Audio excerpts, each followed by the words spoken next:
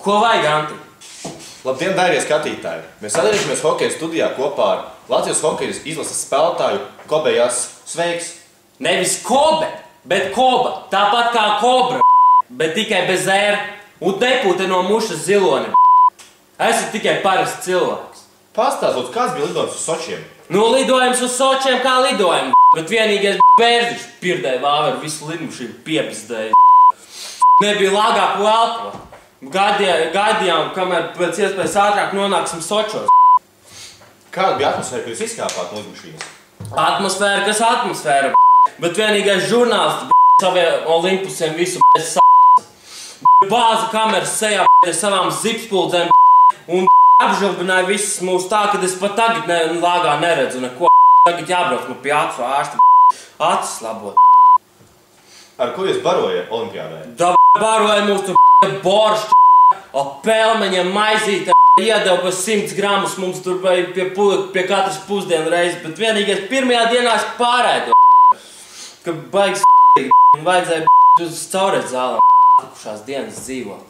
Tad arī sanāk, ka jūs izmēģinājāt dubultās toaletes? Jā, mēs izmēģinājām dubultās toaletes. Gribu uzzināt, kā tas ir. Labi. Iedod man roku, paskaties man acīs, un tā arī mēs Saprati? Saprotu. Nu, vot, bet ar apstākļiem vajadzēja sadzīvot. Mājās jau mēs tā nedarītu. Pastāstot, kā jūs jutāties pēc pirmiem zaudējumiem?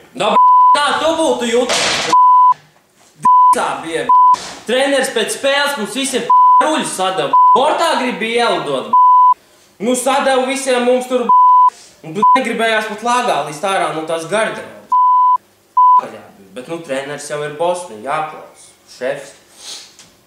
Bet jūs taču arī vinnējāt spēli. Pastāst lūdzu par recepti, kā jūs vinnējāt Šveici. Jā, sabāzām jums mūsu recepte bija 3x0,7.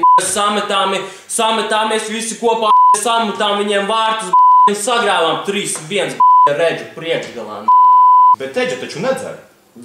Viņam bija uzdevumi. Skaidrs. Pastāst, kāpēc Daugavs nespēlēja pret Kanādu? Tāpēc, ka viņu piebaroja visādiem ka čāli saķēra jutku. Pastāst, kā tev patika formas? Tu te kaut kāds vecene kā maučs tā borta nekaitina mani te draudziņš. Un kas te pie puja pīkstuļiem pats lāgā nedzirdu runāja. Spālainie putni. Paldies, Kobe, to par interviju. Gaidīsim tevi nākošais. Paldies. Pašal